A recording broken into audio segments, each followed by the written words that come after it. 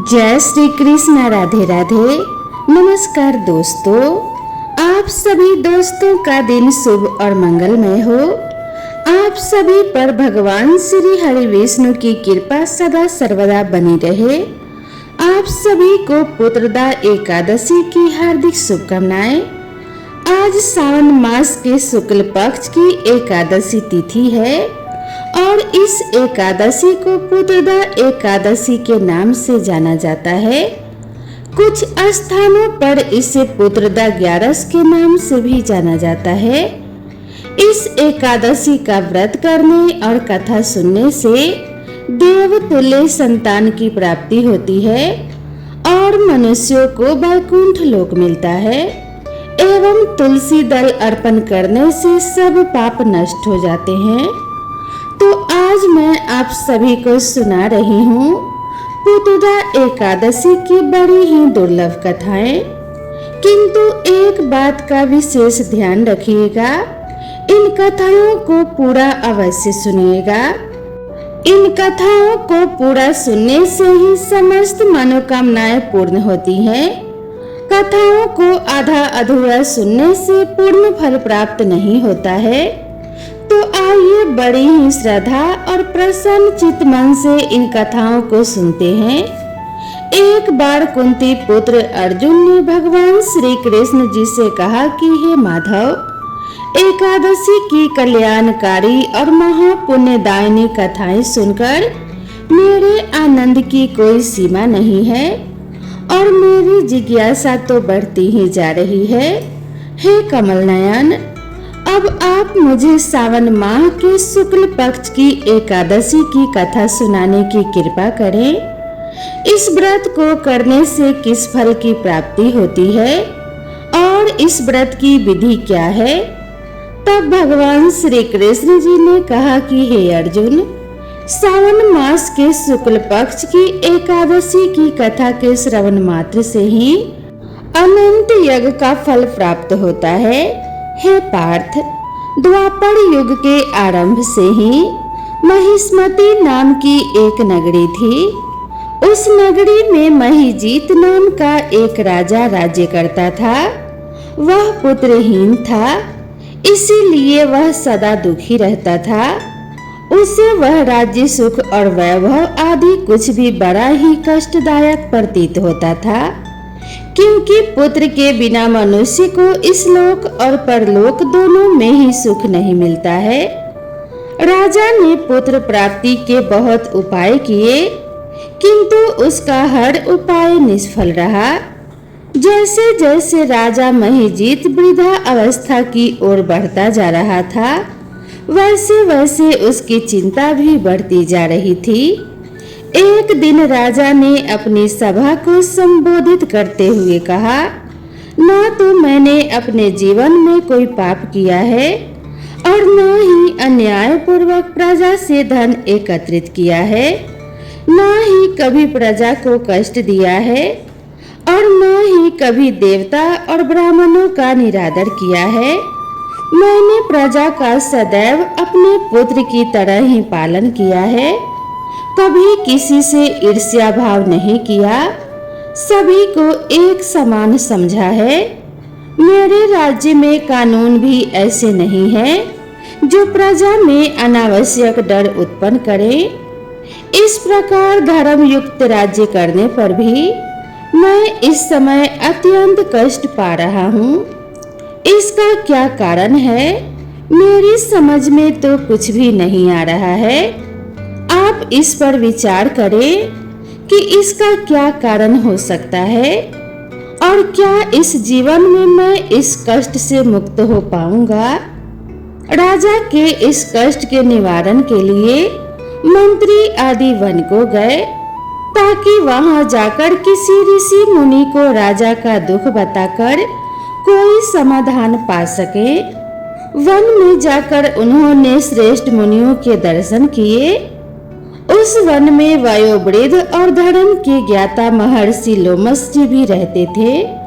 वे सभी जन महर्षि लोमस के पास गए। उन सब ने महर्षि लोमस को दंडवत प्रणाम किया और उनके सम्मुख बैठ गए।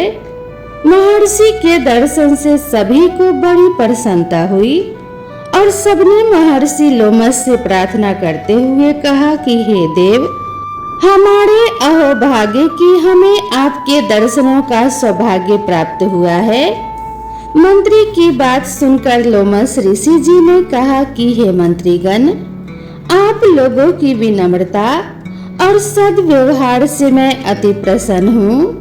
अब आप मुझसे अपने आने का प्रयोजन कहें।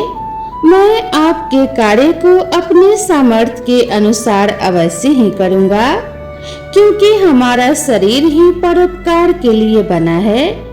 लोमस ऋषि के ऐसे मृदु वचन सुनकर मंत्रियों ने कहा कि हे ऋषिवर, आप हमारी सभी बातों को जानने में ब्रह्मा जी से भी ज्यादा समर्थ हैं, अतः आप हमारे संदेह को दूर कीजिए। महिष्मती नामक नगरी के हमारे महाराज महिजीत बड़े ही धर्मात्मा व प्रजा पालक एवं प्रजावत्सल हैं। वे अपनी प्रजा का पुत्र की तरह धर्म अनुसार पालन पोषण करते हैं, किंतु वे फिर भी पुत्रहीन हैं। हे महामुनि, इससे वह अत्यंत दुखी रहते हैं।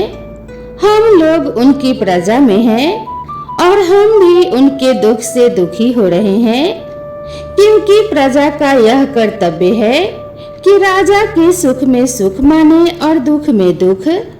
हमें उनके पुत्रहीन होने का अभी तक कारण ज्ञात नहीं हुआ है, अतः आप हमें बताने की कृपा करें कि किस विधान से हमारे महाराज पुत्रवान हो सकते हैं। हे ऋषिवर, यह आपका हम पर व हमारे राज्य की प्रजा पर बड़ा ही उपकार होगा।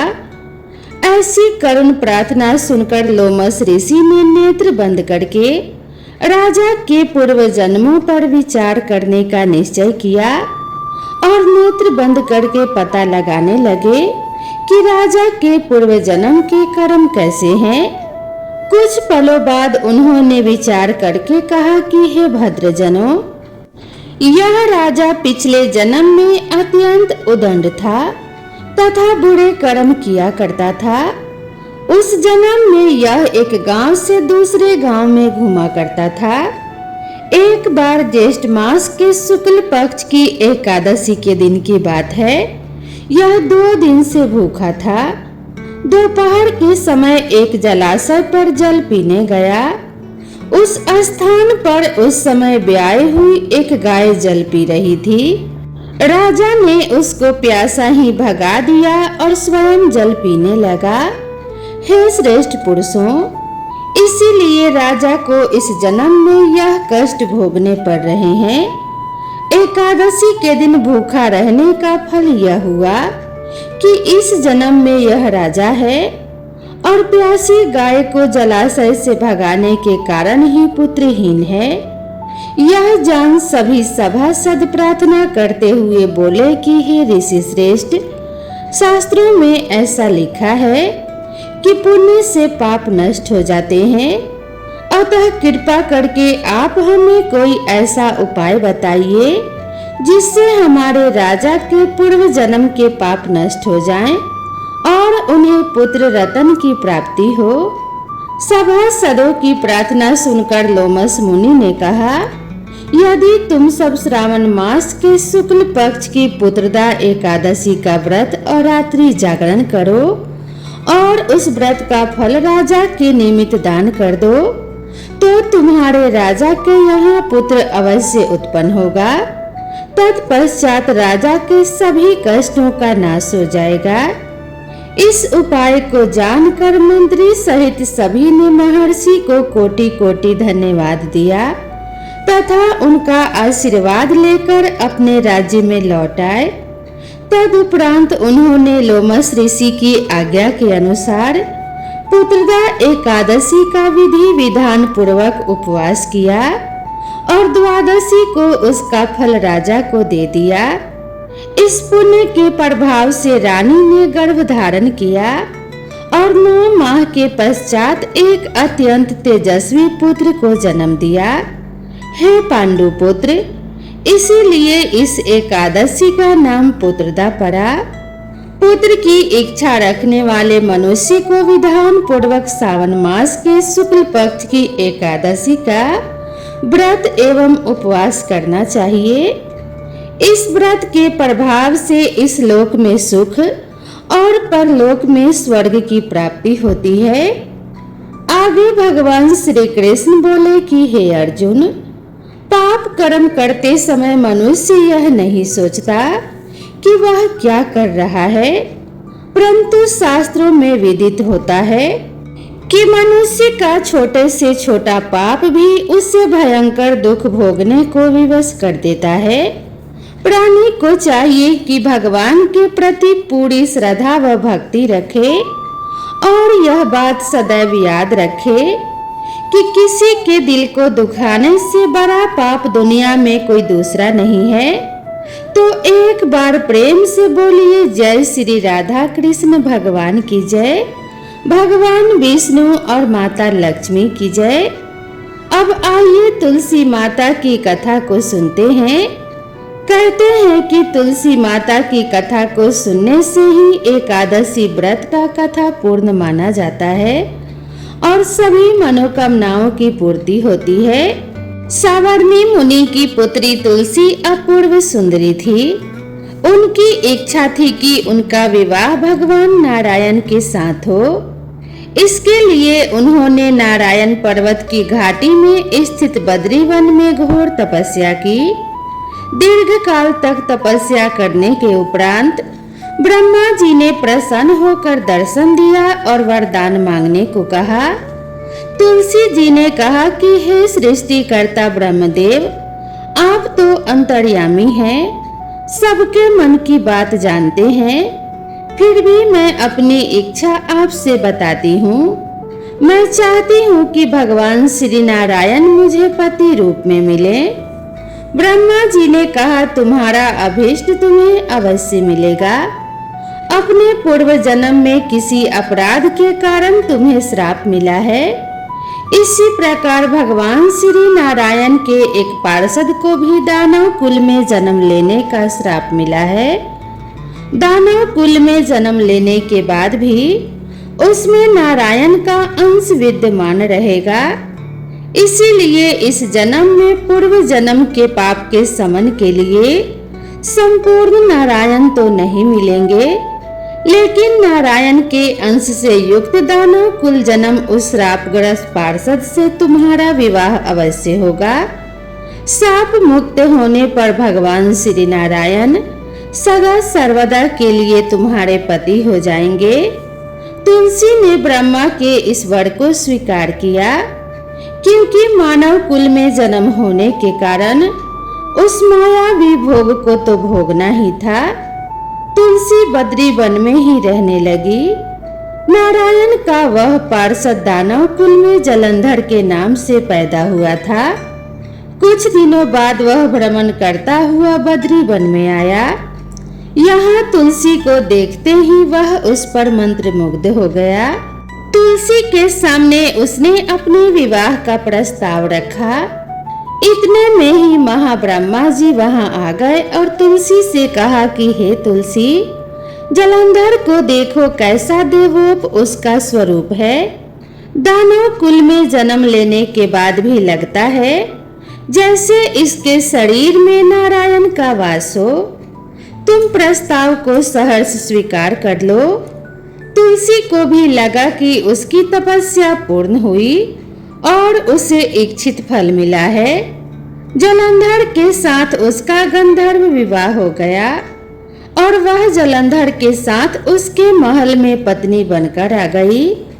जलंधर ने अपनी परम सुंदरी सती साध्वी पत्नी तुलसी के साथ बहुत दिनों तक राज्य किया। उसने अपने राज्य का इतना विस्तार किया कि देवलोक तक उसके अधिकार में आ गया। स्वर्ग का सुख भोगने वाले देवताओं की दशा भिखारियों जैसी हो गई।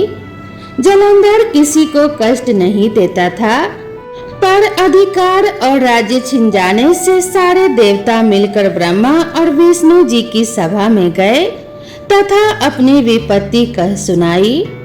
ब्रह्मा जी ने कहा कि तुलसी परम साध्वी है उसका विवाह जलंधर से मैंने ही कराया था। जलंधर को तब तक हराया या फिर मारा नहीं जा सकता जब तक तुलसी को छला न जाए। भगवान श्री हरि विष्णु जी ने कहा कि जलंधर मेरा पूर्व जन्म में पार्षद था। श्राप के कारण उसे दैत्य कुल में जन्म लेना पड़ा। इस जन्म में भी मेरा अंश उसमें व्याप्त है। साथ ही तुलसी के पतिव्रत धर्म से वह अजय है। फिर देवताओं की सहमति से भगवान शिव ने जलंधर के पास संदेश भेजा कि या तो वह देवताओं को राज्य लौटा दे या फिर उनसे युद्ध करे। जलंधर भगवान शंकर के पास पहुंचा और उसने कहा कि हे देवादिदेव, आपके लिए देवताओं का पक्ष लेना उचित नहीं है। राज्य बढ़ाना हर राजा का कर्तव्य होता है। मैं किसी को दुखी नहीं कर रहा हूँ। देवताओं से कहिए कि वे मेरी प्रजा बनकर रहें। मैंने आपका कोई भी अपमान नहीं किया है। हमारा आपका युद्ध शोभा नहीं देता है। अगर आप हार गए तो बड़ी लज्जा की बात होगी, और अगर मैं हार गया तो आपकी कीर्ति तब भी बहुत अधिक नहीं बढ़ेगी। भगवान शंकर जलंधर की बात सुनकर हंसने लगे। वे तो सभी रहस्य जानते थे। तुलसी और जलंधर के पूर्व जन्म के श्राप की अवधि लगभग पूरी हो चुकी थी। फिर शंकर जी बोले, इसमें कीर्ति और लज्जा की बात नहीं है। तुम देवों को राज्य लौटाकर उन्हें उनके पद पर प्रतिष्ठित होने दो। युद्ध से बचने का यही मात्र एक उपाय है। जलंधर ने कहा, मैंने युद्ध के बल से देवलोक जीता है और कोई उसे युद्ध के द्वारा ही वापस ले सकता है। यह मेरा अंतिम उत्तर है। अब मैं जा रहा हूँ। ऐसा कहकर जलंधर चला गया। उसने अपनी पत्नी तुलसी को सारी बातें बताई और कहा, कर्म भोग सब काल के सूत्र में बंधा है। जीवन में हर्ष शोक भय सुख दुख मंगल अमंगल सभी काल के अधीन है। हम तो केवल निमित्त मात्र हैं। संभव है भगवान शंकर देवों का पक्ष लेकर मुझसे युद्ध करें, लेकिन तुम चिंता मत करना। तुम्हारा सती तेज मेरी रक्षा करेगा। दूसरे दिन भगवान शंकर के नेतृत्व में देवताओं ने युद्ध छेड़ दिया। जलंधर ने भीषण बाणों की वर्षा कर उनका वेग रोका। उसके प्रहार से देवता डगमगाने लगे। उसने दानवी शक्ति का प्रयोग कर मायावी युद्ध आरंभ किया। युद्ध स्थल पर वह किसी को भी दिखाई नहीं देता था, पर उसके अस्त्र शस्त्र प्रहार कर देवों को घायल कर रहे थे। देवगण अपने अस्त्र चलाएं तो किस पर चलाएं, क्योंकि कोई भी शत्रु सामने था ही नहीं। कई दिनों तक इस तरह भयंकर युद्ध चलता रहा, लेकिन जलंधर पराजित नहीं हुआ। तब भगवान शिव ने विष्णु से कहा कि हे विष्णु, कुछ तो उपाय करो, अन्यथा मेरा तो सारा यश मिट्टी में मिल जाएगा। विष्णु जी ने सोचा, बल से तो जलंधर को हराया नहीं जा सकता, इसीलिए छल का सहारा लेना ही पड़ेगा। उन्होंने तुरंत अपना स्वरूप जलंधर जैसा बनाया और अस्त्र शस्त्र से सुसज्जित हो तुलसी जी के पास पहुंच गए और बोले कि हे प्रिय, मैं युद्ध जीत गया। सारे देवता भगवान शंकर समेत मुझसे हार गए। इस खुशी में आओ मैं तुम्हें अपने अंग से लगा लूं। पति को प्रत्यक्ष खरा देख तथा विजय का समाचार सुन वह दौड़कर मायावी जलंधर के गले से लिपट गई। इस प्रकार पति पत्नी दोनों ने आलिंगन हो खूब खुशी मनाई। पर पुरुष के साथ इस प्रकार के व्यवहार से उसका सती तेज नष्ट हो गया। उसका सती तेज जो जलंधर की कवच के रूप में रक्षा कर रहा था, वह कवच नष्ट हो गया। जलंधर शक्तिहीन हो गया। यह जानते ही भगवान शंकर ने उस पर अपने त्रिशूल से प्रहार किया। त्रिशूल के लगते ही जलंधर जलकर भस्म हो गया। जलंधर के मरने को जानकर भगवान विष्णु अपने असली रूप में आ गए। सामने अपने पति जलंधर के स्थान पर भगवान विष्णु को खड़ा देख तुलसी बहुत विस्मित हुई। उसको पता लग गया कि स्वयं नारायण ने उसके साथ छल किया है।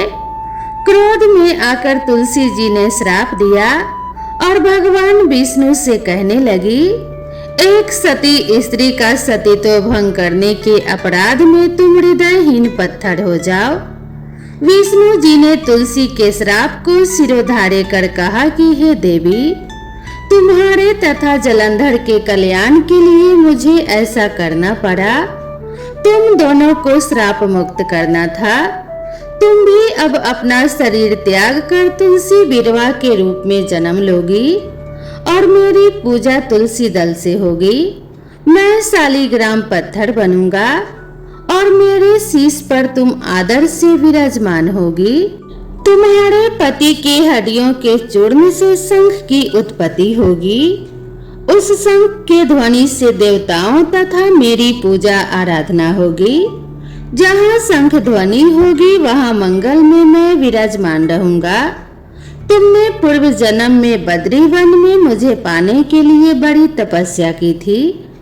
अब अगले जन्म में नारायण के रूप में बद्री वन में स्थापित होऊंगा और मेरी पूजा अर्चना फल फूल से ना होकर तुम्हारे तुलसी दल से होगी। मेरे शीश पर विराजमान होकर तुम मुझसे भी ऊंचा पद प्राप्त करोगी।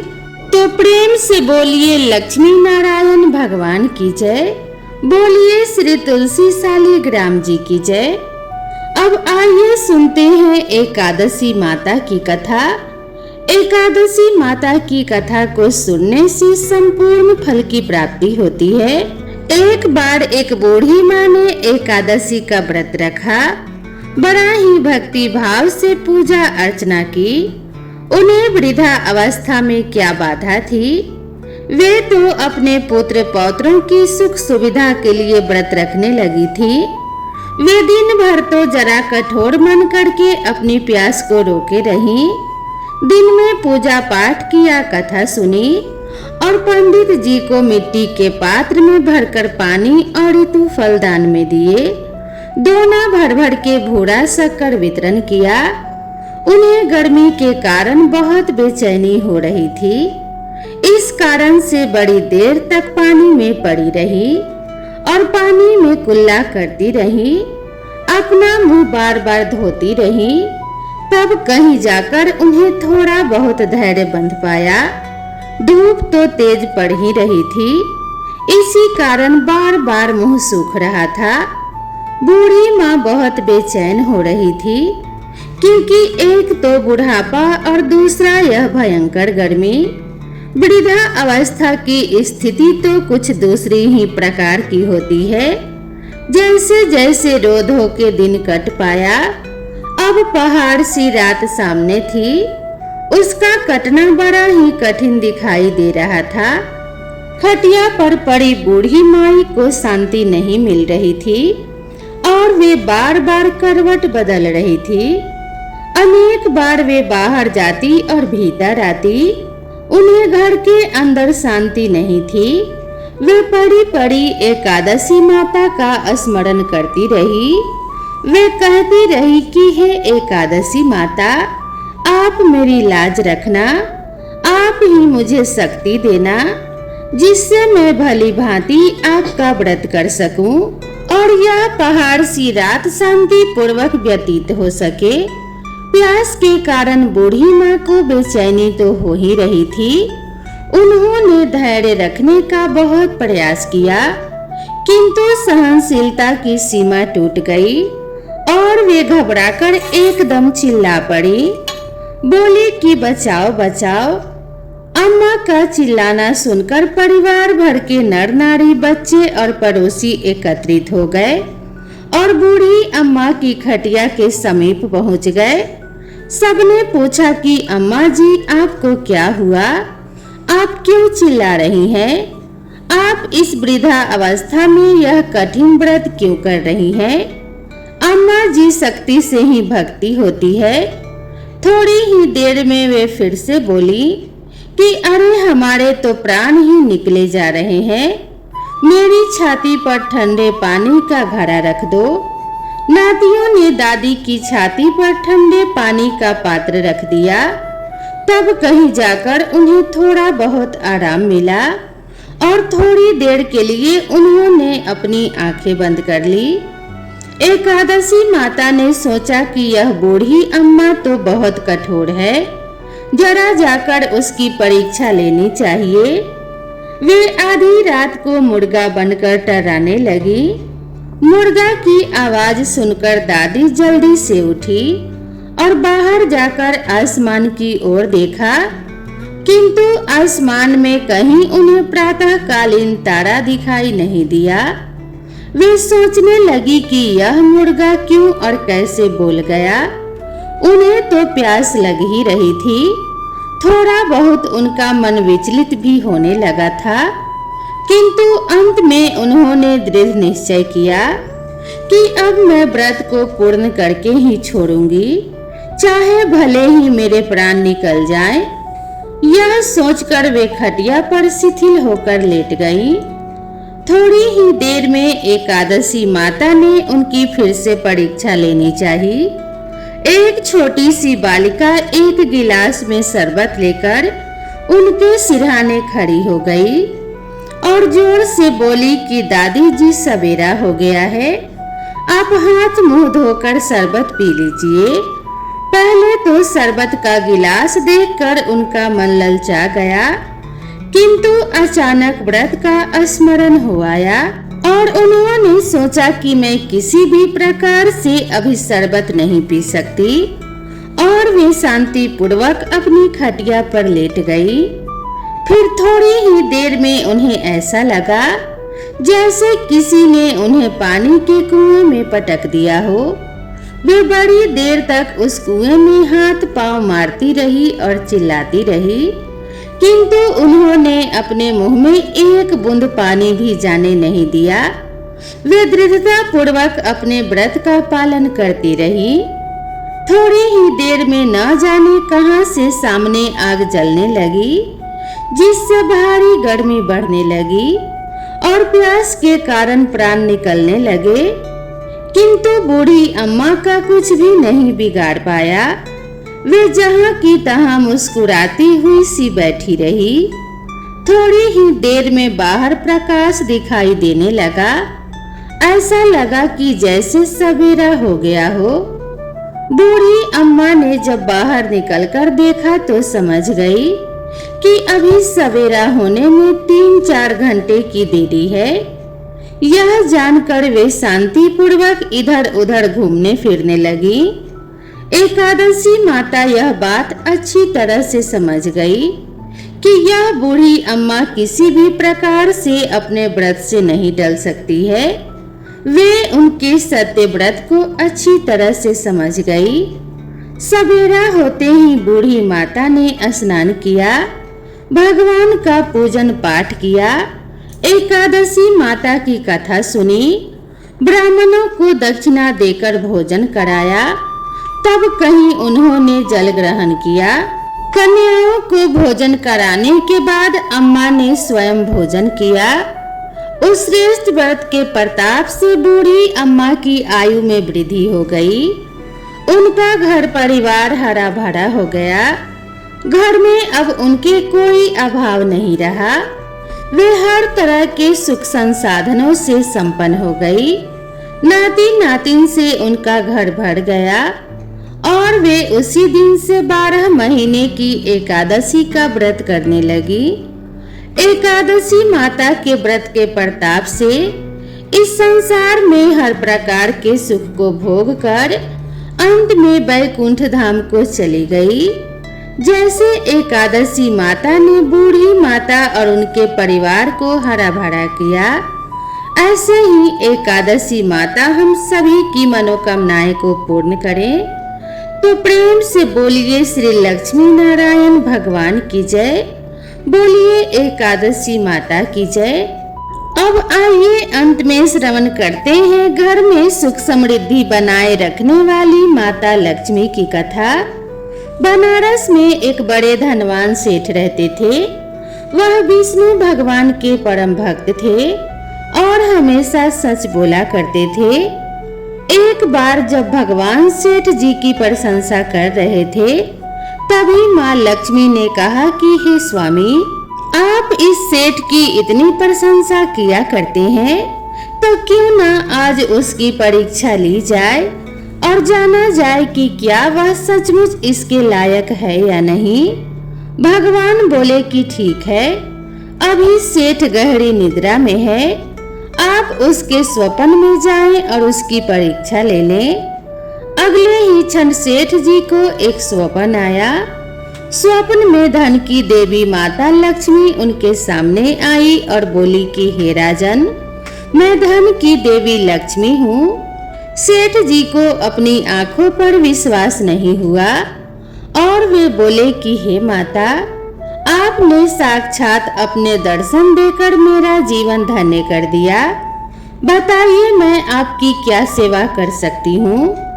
देवी लक्ष्मी ने कहा कि कुछ नहीं राजन, मैं तो बस इतना बताने आई हूँ कि मेरा स्वभाव चंचल है और वर्षों से तुम्हारे महल में निवास करते करते अब मैं ऊब चुकी हूँ, इसीलिए यहाँ से जा रही हूँ। सेठ जी बोले, मेरा आपसे निवेदन है कि आप यहीं रहें, किंतु अगर आपको यहाँ अच्छा नहीं लग रहा है तो मैं भला आपको कैसे रोक सकता हूँ।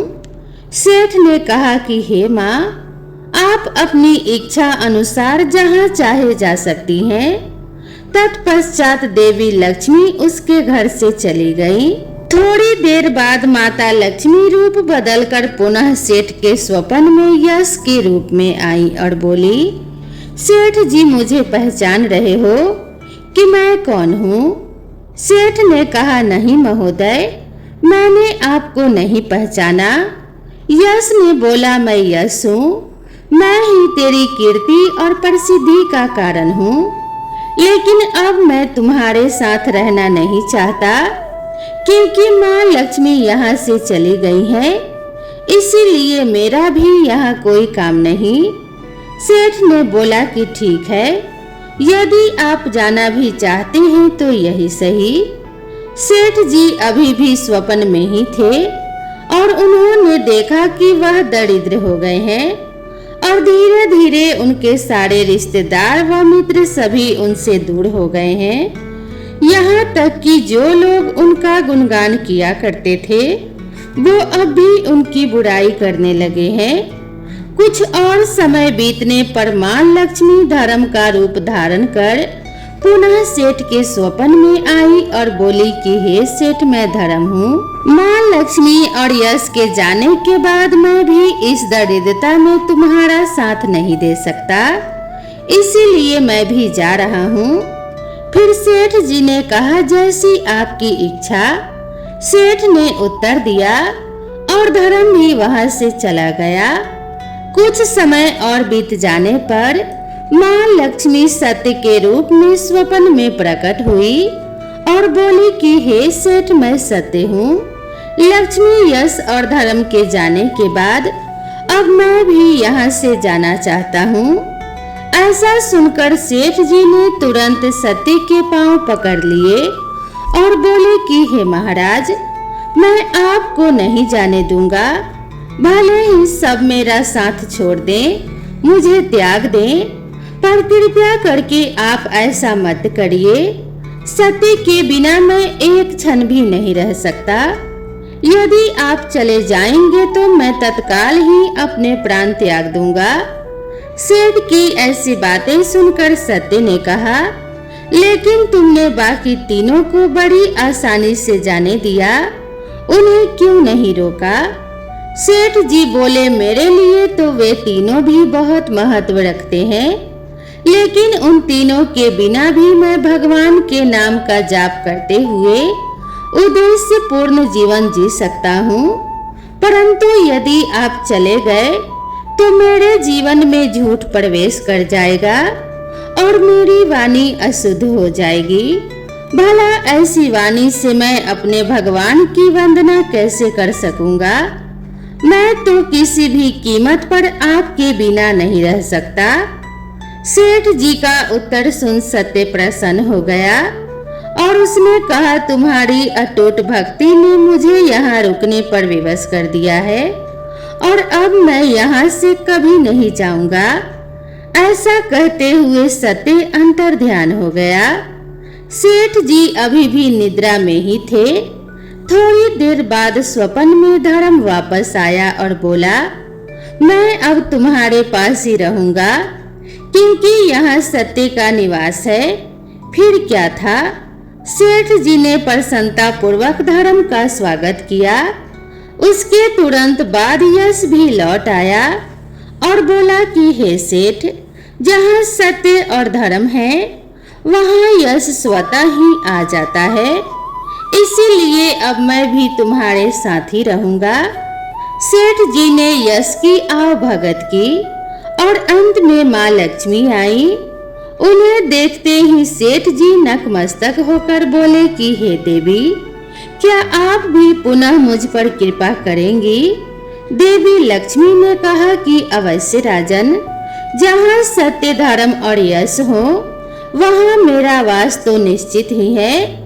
यह सुनते ही सेठ जी की नींद खुल गई और उन्हें यह सब स्वप्न लगा, परंतु वास्तविकता में वह एक कड़ी परीक्षा से उत्तीर्ण होकर निकले थे। हमें भी हमेशा याद रखना चाहिए कि जहाँ सत्य का निवास होता है वहाँ यश धर्म और देवी लक्ष्मी का निवास स्वतः ही हो जाता है। सत्य है तो सिद्धि प्रसिद्धि और समृद्धि है। तो प्रेम से बोलिए जय श्री कृष्णा, राधे राधे। दोस्तों, आप सभी को यह कथा कैसी लगी कृपया कमेंट करके जरूर बताएं। इसी तरह की नई नई कथाओं और नई नई कहानियों के लिए मेरे चैनल से जुड़े रहें। तो मिलते हैं इसी तरह की नई कथा और नई कहानी के साथ। तब तक के लिए राधे राधे।